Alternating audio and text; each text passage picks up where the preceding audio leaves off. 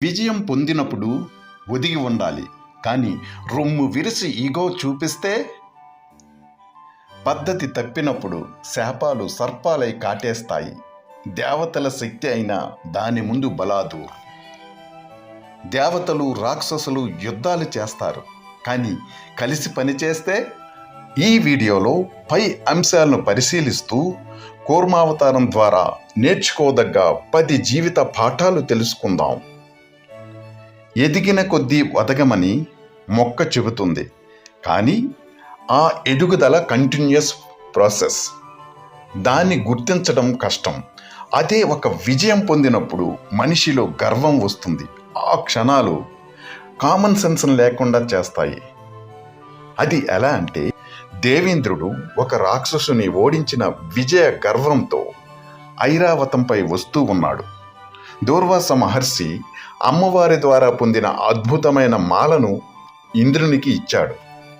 ఇంద్రుడు ఆ మాలను అందుకొని అదే గర్వంతో ఐరావతంపై వేశాడు. ఆ మాల సువాసనకు తుమ్మెదలు చేరి ఐరావతం తొండంలో దూరి ఇబ్బంది పెట్టాయి. దాంతో ఐరావతంకు కోపం వచ్చింది. ఆ మాలని నేలవేసి తన కాళ్లతో నలిపేసింది. అది చూసిన దూర్వాస మహర్షి కోపగించాడు, ఇంద్రుని శపించాడు. అప్పటి నుంచి దేవతల శక్తులు తగ్గుతూ వచ్చాయి. రాక్షసులతో వాటంపాలై అనేక మంది దేవతలు చనిపోయారు. అందుకే విజయం పొందినప్పుడు ఒదిగి ఉండాలి. ఇంద్రుడు పద్ధతిని తప్పాడు గనుక మహర్షి శాపాన్ని అనుభవించక తప్పలేదు. దేవతలైనా పద్ధతి మార్చుకోక తప్పదు అని ఈ కథ తెలియజేస్తోంది. చివరికి దేవేంద్రుడు చేసేది లేక విష్ణుమూర్తి సహాయం కోరాడు. విష్ణుమూర్తి మిగతా అవతారాల యుద్ధానికి వెళ్లకుండా డిప్లొమాటిక్గా వ్యవహరించాడు. ఇక్కడ దేవతలు రాక్షసులు కలిసి పనిచేయాలని తెలియజేశాడు. దాని ఫలితమే క్షీరసాగర మథనం. కూర్మావతారం, మోహిని అవతారం, ఇది మనందరికీ తెలిసినదే. దీనిపై ఎన్నో కథలు విరివిగా దొరుకుతున్నాయి. ఇప్పుడు మనం ఈ కూర్మావతారం నుంచి నేర్చుకోదగ్గ 10 జీవిత పాఠాల్ని తెలుసుకుందాం. మొదటిది టీం వర్క్.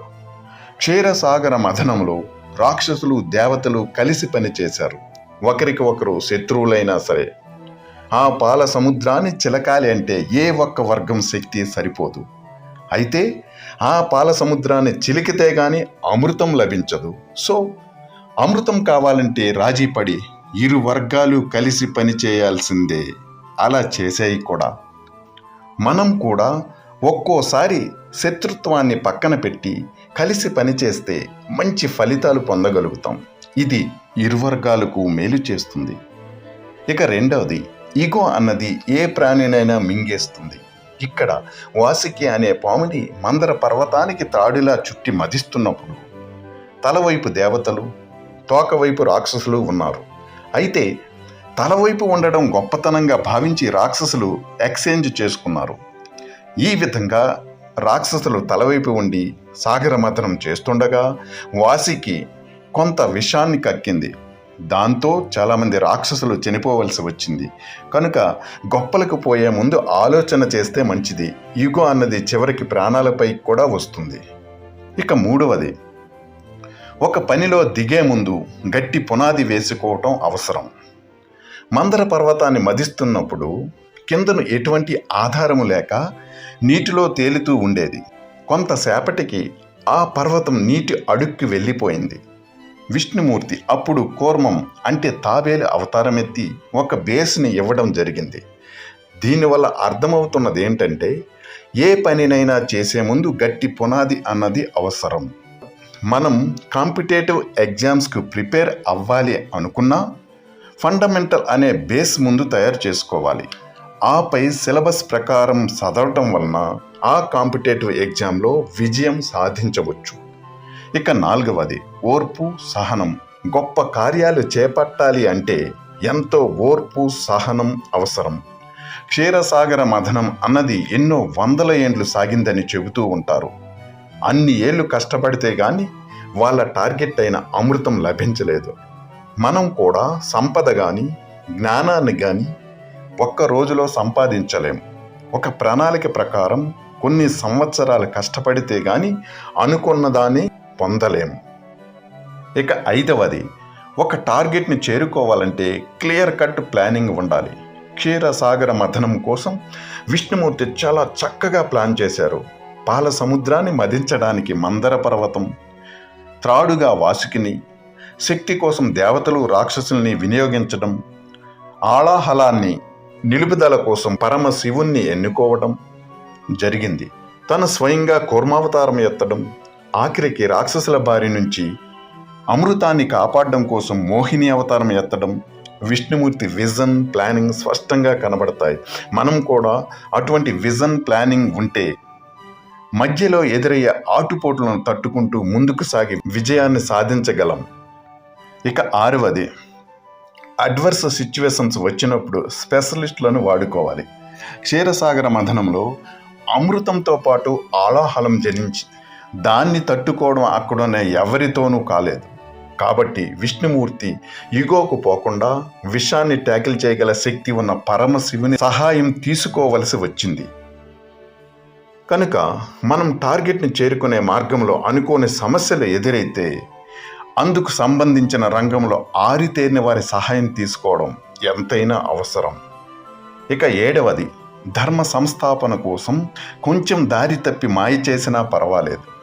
అమృతం పుట్టిన తర్వాత దేవతలు రాక్షసులు తమకు కావాలంటే తమకు అని తగాదాకు దిగినప్పుడు విష్ణుమూర్తి మోహిని రూపం దాల్చి మోహించినట్లు నటించి రాక్షసుల్ని మాయ చేశాడు. అలా మాయ చేయకపోతే రాక్షసులు అమృతాన్ని పొంది చావు లేకుండా ఉండేవాళ్ళు. సమాజం అతలాకుతలమయ్యేది. కనుక ఒక మంచి పని కోసం ప్రణాళిక వేసుకున్నప్పుడు చిన్న చిన్న చేయకూడని పనులు చేయాల్సి వచ్చినా పర్వాలేదు. అయితే అది స్వప్రయోజనం కోసం కాకుండా సమాజ శ్రేయస్సు కోసం అయి ఉండాలి. ఇక 8వ జీవిత పాఠం, సమయస్ఫూర్తి, సరైన నిర్ణయాలు అవసరం. ఒక లక్ష్యం కోసం పనిచేస్తున్నప్పుడు తీపి చేదు రెండూ ఎదురవుతాయి. అమృతం కోసం పనిచేసినప్పుడు ఆలాహలం జనించింది. దాంతోపాటు కామధేనువు, పారిజాతం, ఇంద్రుడు, సంజీవిని, లక్ష్మీదేవి, ధన్వంతరి పుట్టాయి. సమయస్ఫూర్తితో ఆలాహలాన్ని విష్ణుమూర్తి పరమశివునికి అందించడం జరిగింది. మనం కూడా లక్ష్యాన్ని చేరుకునేటప్పుడు చేదు అనుభవాలు, అపజయాలు ఎదురవ్వచ్చు. అటువంటి సందర్భంలో సమయస్ఫూర్తిని ఉపయోగించి సరైన నిర్ణయాలు తీసుకోవటం మంచిది. ఇక 9వది, మోహం ఆలోచన జ్ఞానాన్ని తినేస్తుంది. విష్ణుమూర్తి మోహిని రూపంలో కనబడేసరికి ఆ అందానికి మంత్రముగ్ధులై మరో ఆలోచన లేకుండా మోహిని మాటను నమ్మి మోసపోయారు రాక్షసులు. కనుక అశాశ్వతమైన ఆనందాలకు లొంగి బంగారు భవిష్యత్తుని మర్చిపోకూడదు అన్న నీతి ఇందులో కనబడుతోంది. ఇక 10వది, దైవకృప. శివుని ఆజ్ఞ లేనిదే చీమైనా కుట్టదు అంటారు. అంత భగవంతుని లీల. దేవుని కృప దేవతల వైపు ఉండబట్టే వాళ్ళు అమృతాన్ని పొంది విజయం సాధించగలిగారు. దేవతల కోర్కెలో నీతి నిజాయితీ ఉండబట్టే ధర్మాన్ని కాపాడాలనే ఉద్దేశంతో భగవంతుడు వాళ్ళకు సహాయం చేశాడు. కనుక మన సంకల్పం మంచిదే గట్టిగా ఉంటే ఖచ్చితంగా దేవుని దీవెనలు ఉంటాయి. ఏదో తెలియని అదృష్ట శక్తి మనల్ని ముందుకు నడిపిస్తుంది.